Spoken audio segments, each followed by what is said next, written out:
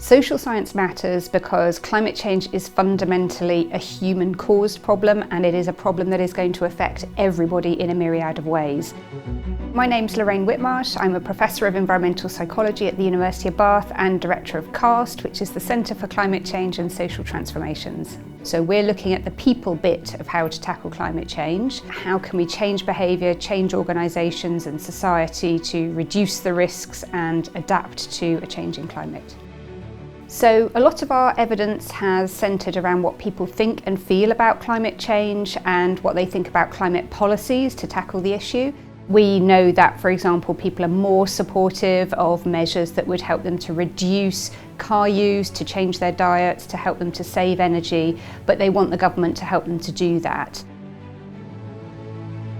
For example, we've been working with the UK government to help develop their public participation plan on climate change, which is seeing an important role for engaging the public in decision making as well as delivery of climate action. And with local authorities, for example, Cornwall Council, we've been helping them to develop measures to enable residents to travel in more sustainable ways through a combination of information and economic incentives.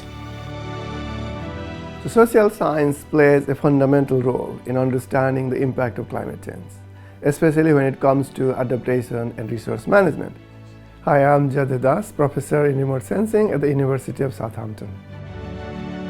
So my research focuses on understanding how climate change and human activities are reshaping our environment. Specifically, we look into issues around food security, how we respond to natural disaster, or even emerging environmental threats. We try to make better use of vast amount of data sets that are available from a range of sources like satellite data, environmental sensors, and even our mobile phones. We combine those data or environmental information with social and economic data set to better understand not what is happening, but who is affected by and why they're affected. One of the examples of our work is looking into crop yield in Malawi. So without a clear understanding of who is affected and how, it is impossible to design an effective solution. So we often describe our approach as linking people to pixels. So satellite data tells us what is happening on the ground, but when we combine that with the information about people lived and who are impacted by that, then that is when it becomes more meaningful and lead on to developing policies.